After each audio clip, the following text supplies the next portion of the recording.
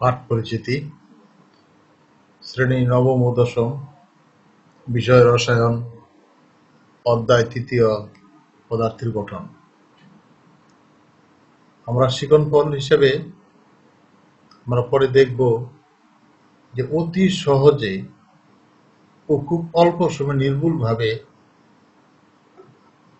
আমরা ইলেকট্রন বিন্যাস করতে পারব। আমি মোহাম্মদ আবু নাসের, সহকারী শিক্ষক গণিত, দীননাথ ইনস্টিটিউশন সাতকাপন সরকারি মডেল হাই স্কুল, বাহুবল, হবিগঞ্জ।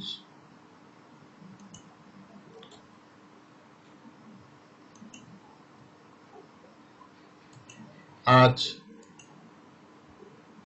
এই দুটা লক্ষ্য করে একটু আমরা দেখি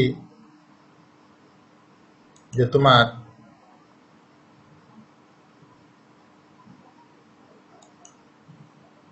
এই দেখো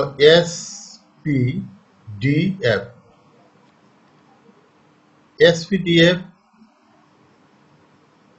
ইলেকট্রন বিন্যাসের ক্ষেত্রে SPDF কে কি বলা হয়? উপশক্তি স্তর। এখানে S প্রথম উপশক্তি স্তর, যার মান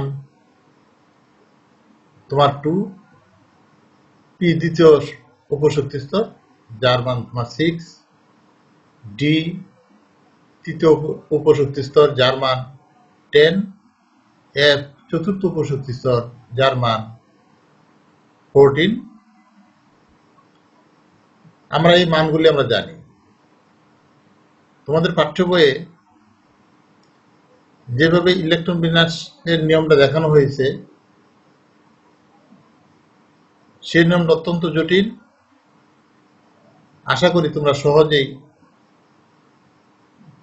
কথাগুলি শুনে বোঝার জন্য চেষ্টা করতে খুব সহজে এবং অল্প সময়ের মধ্যে তোমরা ইলেকট্রন বিন্যাস খুব দ্রুত করতে পারবে নির্ভুলভাবে। এখানে SPDF এগুলি উপশক্তি স্তর। এই উপশক্তি স্তরগুলিকে দেখো, আমি এখানে দেখাইছি যে এই এসটাকে আমি দুইবার লিখলাম, এস। এরপরে আমি একটু বিপরীতভাবে উল্টাভাবে দেখি যে PS, এই যে PS এই জিনিসটাকে আমরা দুইবার আমরা লিখব। আমরা দুইবার যদি লিখি, আবার দেখো DPS, এই যে DPS এটারে আমরা দুইবার লিখলাম। এরপরে দেখো FDPS এটাকে আমরা দুইবার লিখবো, জোড়ায় লিখলাম আমরা। তো প্রথম এখানে খেয়াল করো যে আমি এইভাবে একটু মহস্ত নেব, আমার একটু সুবিধা হবে।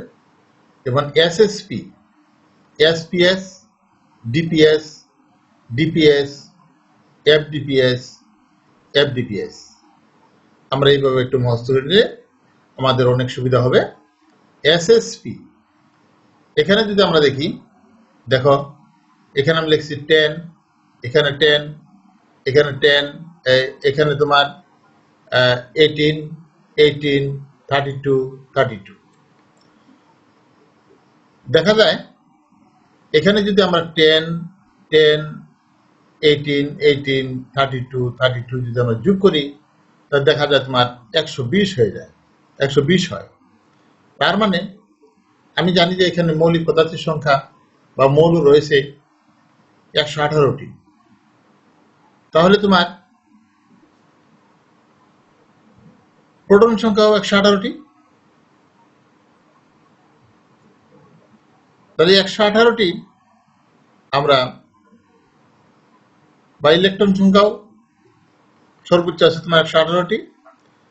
দেখা যায় এখানে যদি এই পর্যন্ত আবিষ্কৃত মৌলিক সংখ্যা তোমার 118টি, যদি আরো কোনো ক্রমে যদি আরো দুইটি মৌলিক সংখ্যা যদি যুক্ত হয়, তবু আমরা 120টি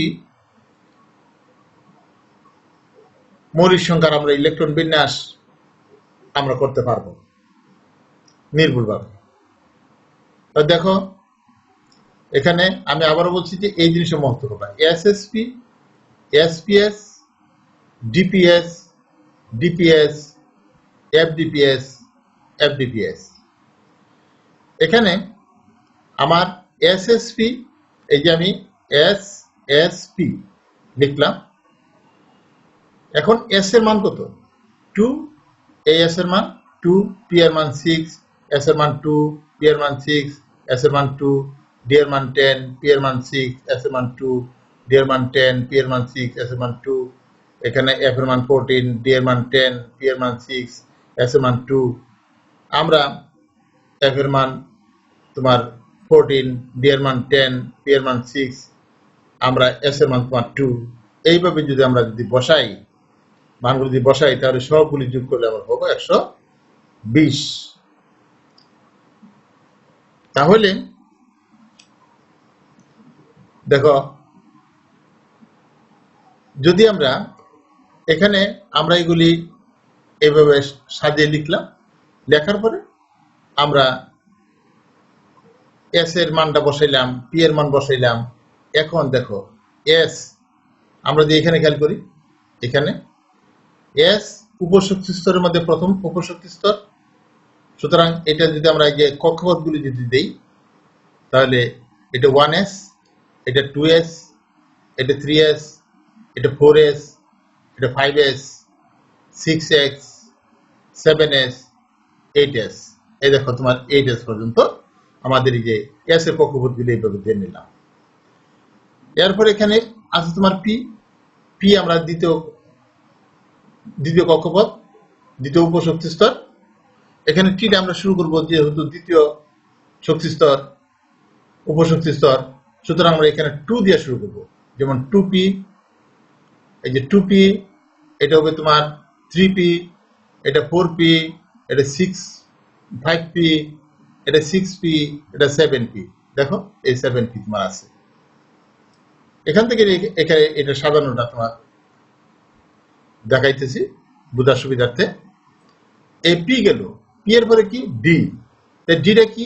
1, 2, 3, তৃতীয় উপশক্তি স্তর। এখানে যেহেতু ডিটা তৃতীয় উপশক্তি স্তর, সুতরাং এখানে ডিটা হবে তোমার 3D দিয়ে আমরা শুরু করবো। 3D, 4D, 5D,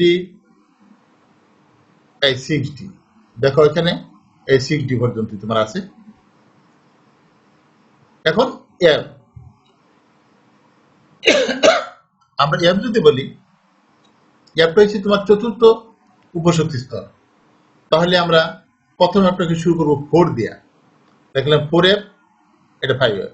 এই দেখো এই যে 4f, 5f।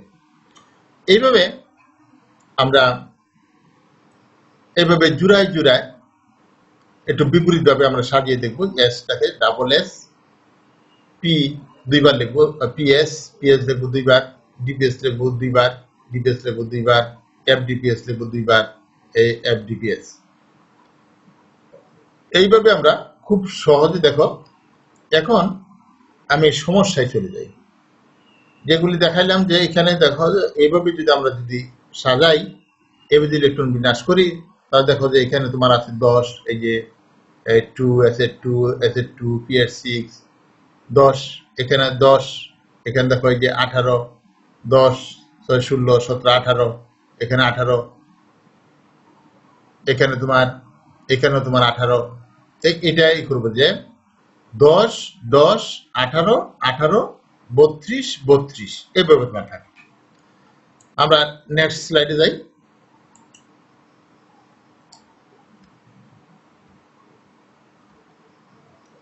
দেখো এখানে এমন সবচেয়ে বড় পারমাণবিক সংখ্যা বিশিষ্ট মৌল, সর্বশেষ মৌল পর্যায় সারণীতে তোমার আছে অর্গানাইজেশন। এই অর্গানাইজেশনের যদি আমরা ইলেকট্রন বিন্যাসটা যদি করি, তাহলে দেখো আমি এখানে যে অর্গানাইজেশন তোমার 118 ইলেকট্রন বিন্যাস যদি করি তাহলে আমরা এখানে আমরা এই যে এসএসপি,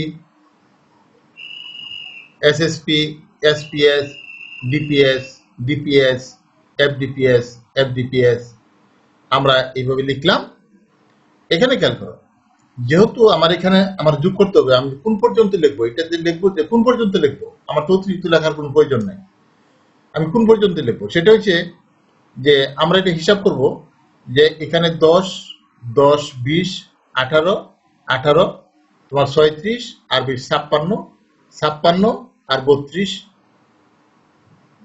88, 88 আর এখানে দেখো আমার কিন্তু এখানে যদি 30 দেই তাহলে কিন্তু 118 হয়ে যায় 30। তাহলে এই পর্যন্ত দেখা যায় স্বাভাবিকভাবে আমরা এই পর্যন্ত এই যে 7s2 পর্যন্ত আমরা এই যে এফডি, এই যে এফডিপিএস এই পর্যন্ত আমরা ঠিক রাখলাম। রাখার পরে এখানে সর্বশেষে আমরা একটু চিন্তা করব, একটু চিন্তা করে এই জিনিস আমরা বসাবো। যেমন এখানে আমার আর এখানে এই পর্যন্ত হয়ে গেল তোমার 88, 88। এখান থেকে যদি আমি যদি 118 যদি বানাইতে চাই তাহলে এখানে কত দরকার 30।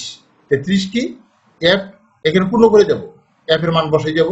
এফ এর মান কত 14, ডি এর মান 10 আমরা বসাবো, পি এর মান 6 বসাবো। এখানে যেমন এস আসতো, এই যে এফ ডি পি এস, এখানে এস আসতো, এস এর প্রয়োজন নাই কারণ এখানে আমার 30টা হয়ে গেছে, এই জন্য আমি এসটা আমি আনি নাই। তাহলে আমরা দেখো মানে খুব সহজে এইভাবে যেমন আমরা লিখবো, এই যে এস এর মান বসাবো, এখানে তোমার এস এর মান এই যে 2 পি এর মান 6, এস এর মান 2, পি এর মান 6, এস এর মান 2, ডি এর মান 10, পি এর মান 6, এগুলি আমরা খুব দ্রুত এগুলি মানটা আমরা বসে যাব। বসানোর পরে আমরা এখানে কক্ষপথগুলি দেব, কক্ষপথ দেব। যেমন এস এর যদি কক্ষপথ যদি দেই, এখানে এসটা আমি জানি যেটা প্রথম উপশক্তি স্তর, এখানে এস এর যেহেতু প্রথম উপশক্তি স্তর তাহলে 1s দিয়ে শুরু করি, 1s, 2s, এই যে 3s, 4s, 5s, 6s, 7s, 7s2, পরে তোমার আর এখানে তোমার আর নাই। এই গ্যাস এরকম পি এর শক্তি স্তরগুলি আমরা দিয়ে দিই, পি যদি দেই, পি এর হচ্ছে তোমার 2 নম্বর শক্তি স্তর, পিটা হচ্ছে তোমার 2 নম্বর উপশক্তি স্তর। এই যে পি এর 2 দিয়ে আমি শুরু করি, 2p, 3p, 4p, 5p, 6p, 7p। পরে পি এর পরে কি ডি, তাহলে ডিটা কত নম্বর উপশক্তি স্তর? 3 নম্বর। তাহলে এখানে দিয়ে যাই তোমার 3d, আমার 3 দিয়ে শুরু হবে, 3d, এই যে 4d, 5d, এই 6d। পরে এফ হচ্ছে তোমার 4 নম্বর শক্তি স্তর, তাহলে এখানে তোমার 4f, এই যে 5f। তাহলে দেখো এখানে যদি আমরা এই করি, তাহলে এইভাবে যদি আমরা যদি প্রথমত উপশক্তি স্তরের মানগুলি বসিয়ে দেব, এরপরে আমরা তাদের কক্ষপথগুলি আমরা দিয়ে দেব। তাহলে দেখো খুব অতি এখানে নির্ভুলভাবে এখানে তুমি যে কোনো মৌলের তুমি ইলেকট্রন বিন্যাস করতে গিয়ে কোনো সমস্যা হবে না এবং খুব দ্রুত তুমি করতে পারবে। তাহলে আমরা এই যে 118 এখানে দেখো আমার যদি এইভাবে যদি আপনার এখান থেকেই দেখো এই যে 1s2 প্রথম উপশক্তি স্তর, পরে এই যে দ্বিতীয় উপশক্তি স্তরে তোমার কি আছে, এই যে এস আছে এবং পি আছে। তৃতীয় উপশক্তি স্তরে তোমার কি আছে, এসপিটি আছে। চতুর্থ উপশক্তি স্তরে তোমার কি আছে, এসপিডিএফ।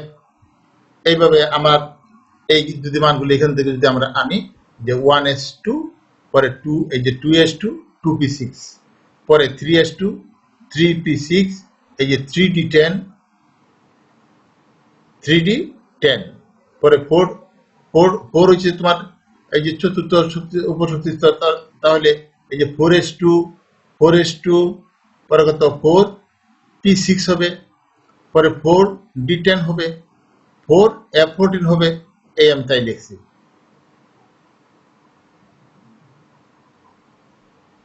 4 এ 14, পরে 5 দিয়ে এখানে দেখি 5s, 5sটা কোথায়?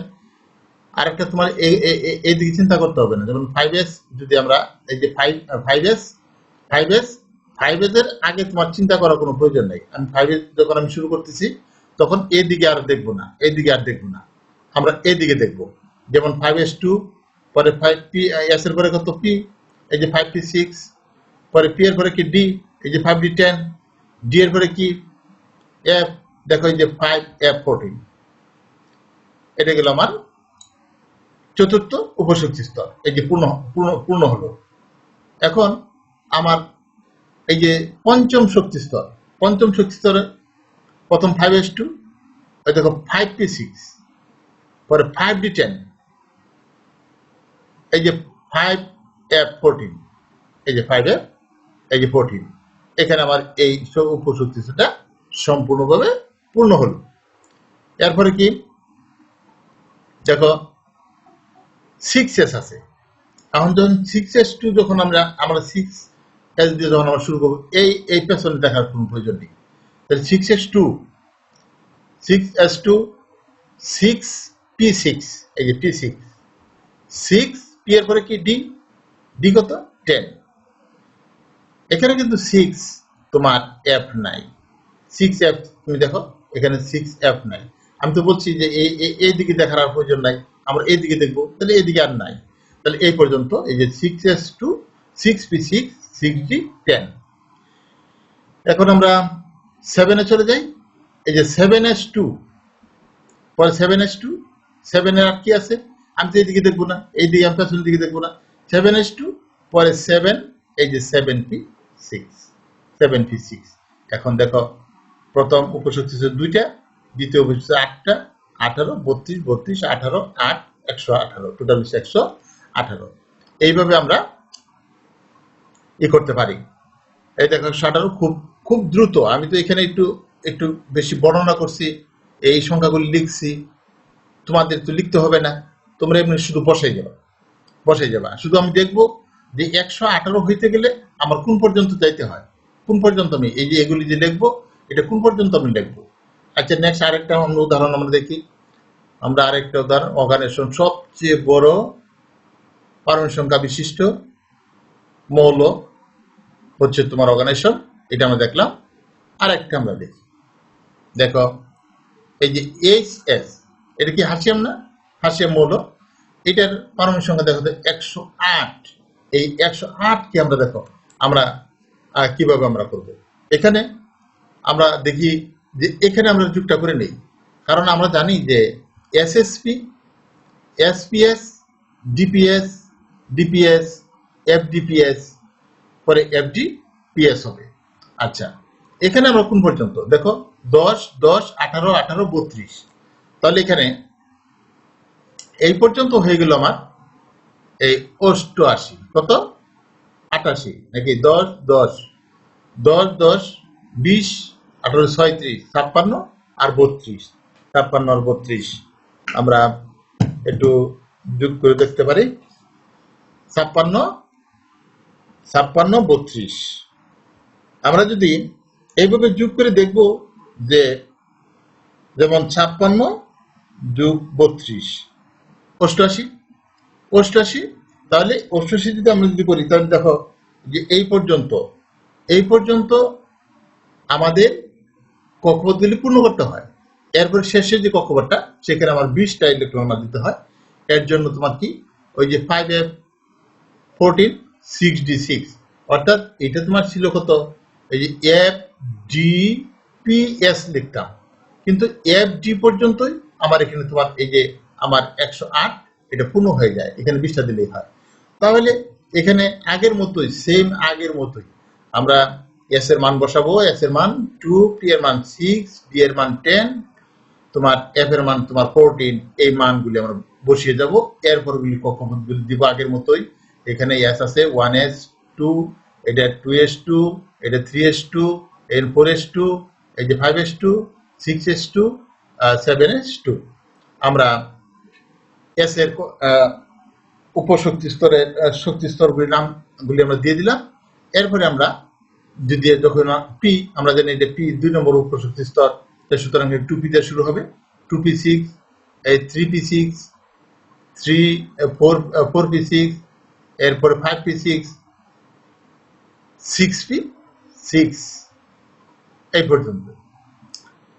এখন কি পি এর পরে কি ডি, ডি হচ্ছে আমার 3 নম্বর উপশক্তি স্তর, সুতরাং 3 দিয়ে শুরু হবে, 3d, 4d, 5d, 6d। এরপরে ডি, পরে এফ, দেখো এফটা কত নম্বর উপশক্তি স্তর? হ্যাঁ 4 নম্বর, এই 4 নম্বর উপশক্তি স্তর, তাহলে 4 দিয়ে আমার শুরু হবে 4f, এখানে তোমার 5f। আমরা ইলেকট্রনগুলি খুব সুন্দর খুব দ্রুত আমরা বসিয়ে দিব।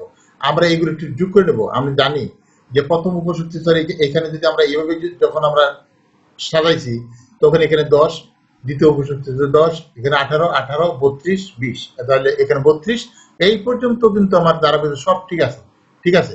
এখানে শেষে আমার কয়টা লাগে, এখানে কিন্তু এইখানে এফ ডি পি এস যদি আমি লিখতাম তাহলে সেখানে এখানে কিন্তু তোমার 32 হইতো, 32 অন 32 আমার 20টা হইলে আমার 108 মিলে। এই যে আমরা এই সব কটা যোগ করার পরে 20টা হইলে মিলে, তাহলে 20টা হইতে গেলে আমার এফ ডিপিএস না লিখে শুধু এফটা লিখলাম 14 আর ডি রাখছি তোমার 6, এটা এই যে পূর্ণ করে দিলাম। এরপরে আমরা যদি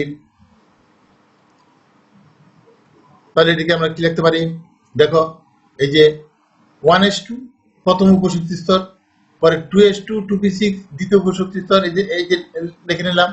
পরে দেখো 3 উপশক্তি স্তর 3s2, 3p6, পরে কত পি এর পরে কত ডি, 3d10, এই যে 3d10। পরে চতুর্থ উপশক্তি স্তর, চতুর্থ উপশক্তি স্তর হবে তোমার 4s2, 4s2, 4p6, 4d10, 4f14, এই যে 4f14, এখানে দেখো তোমার। এরপরে কত আমরা 5 এ যাই, 5s2, এই যে 5s2, 5s এর পরে তোমার পি, 5p6, পরে 5d হবে 5d10, পরে 5 এর পরে 5f14, এই যে 5f14, এই যে 5f14। পরে কত 5 এর পরে কত 6, তাহলে দেখো 6, আমি বলছি যে আমরা এখানে 6s2 পাইছি, এই দিকে আর দেখার কোনো প্রয়োজন নাই, আমরা এই দিকে দেখবো না, আমরা সামনের দিকে তাকাবো, সামনের দিকে দেখবো। তাহলে 6s যদি হয় এটা তোমার 6s2, পরে 6 এর পরে কত এই 6p6, পরে 6d6, এই যে 6d6। পরে দেখো এখানে তোমার আছে কত 6 এর পরে কোনো মানে এর চেয়ে বড় কক্ষপথ আছে কিনা, এখানে দেখা যায় একটা 7s2, এই 7s, এই যে 2, এই 7s2 আমরা দিলাম। তাহলে আমরা যদি এটাকে যদি সংখ্যা যদি আমরা দেখো এখানে সংখ্যা দেখানো হয়েছে, সংখ্যাটা 1 নম্বর কক্ষপথে তোমার 2টা, 2 নম্বর কক্ষপথে উপশক্তি স্তরে তোমার 8টা, 3 নম্বর 18, 4 নম্বর 32, 5 নম্বর 32, 6 নম্বর 14, আর 7 নম্বর হচ্ছে তোমার 2 বা তোমার এই 2টা। এখন দেখো এটা যদি আমরা যদি এই সিস্টেম মতো যদি আমরা করি, যদি খুব দ্রুত একটু বোঝার জন্য চেষ্টা করবা, খুব দ্রুত আমরা এই ইলেকট্রন বিন্যাসটা নির্ভুল ভাবে আমরা করতে পারবো। তাহলে 2, 8, 18, 32, 32, পরে 14, 2, এই সংখ্যাটা যদি আমরা যদি বইয়ের যে নিয়মটা, এটা অত্যন্ত জটিল, এই জটিল নিয়মে যদি আমরা যদি এই ইলেকট্রন বিন্যাস করতে চাই, অনেক কিছু তোমার ভাবতে অনেক সময় যাবে। ইলেকট্রন বিন্যাস তো তোমার পরীক্ষাতে তোমার থাকেই, ইলেকট্রন বিন্যাস তোমার দেখাইতে হয়।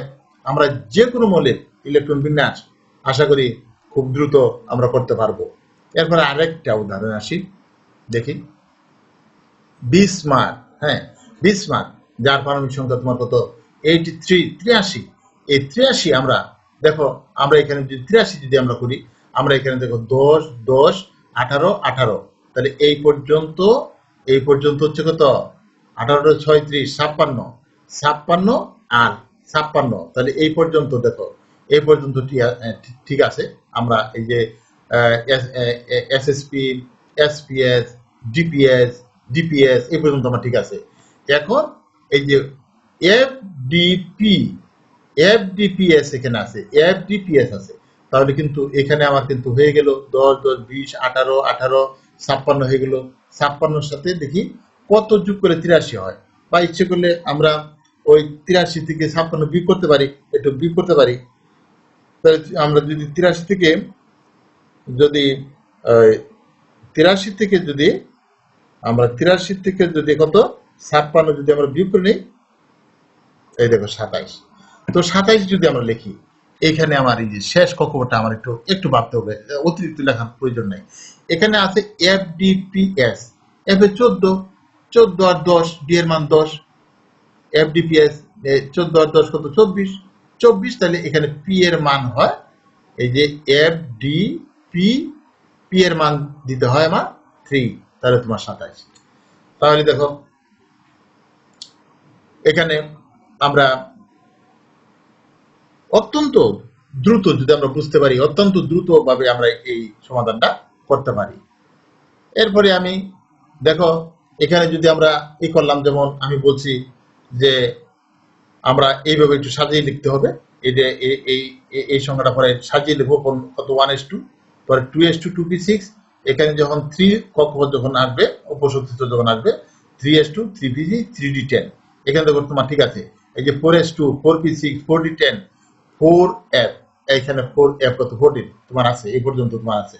এরপরে 5 আছে, এই যে 5s2 যখন আমরা যাব তখন এই দিকে দেখবো না, এই দিকে অবশ্যই আমরা দেখবো না, এইদিকে দেখবোই না, আমরা সামনের দিকে দেখবো।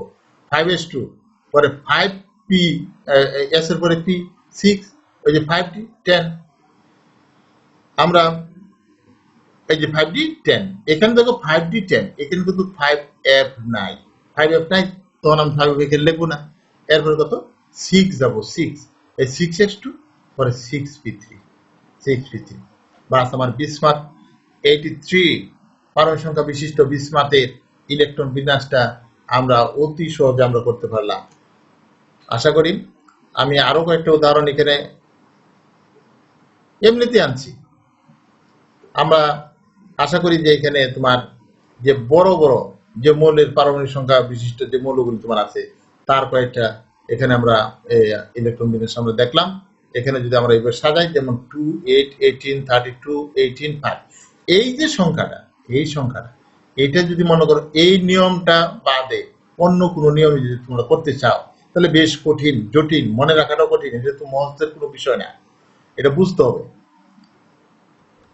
এরপরে আমরা আসি, এখানে দেখো এই যে ইরিডিন কত 77, তার 77 পারমাণবিক সংখ্যা বিশিষ্ট মৌলের ইলেকট্রন বিন্যাসটা আমরা খুব অতি সহজে আমরা করতে পারি। আমরা এটা আগে দেখে নেব, যেমন 10, 10, 20, 18, 56, এই 56, তাহলে এখানে 56 যদি হয়, তাহলে এখানে তোমার দেখো এখানে আমার কি এই যে SSP, SPS, DPS, DPS, FDPS লিখতাম, এখানে এফডিপিএস, কিন্তু এখানে আমার দরকার কত, এই পর্যন্ত হয়ে গেছে তোমার কত 56, আমার 77 থেকে 56 বাদ দিব প্রয়োজনে, 77 থেকে 56 বাদ দিই, 77 থেকে যদি 56 বাদ দিই, 77 থেকে যদি আমরা 56 যদি আমরা বিয়োগ করি, তাহলে 21, এই 21 সংখ্যাটা, এই 21 সংখ্যাটা আমরা এখানে আমরা দেখি এখানে কত বসাইতে হয়।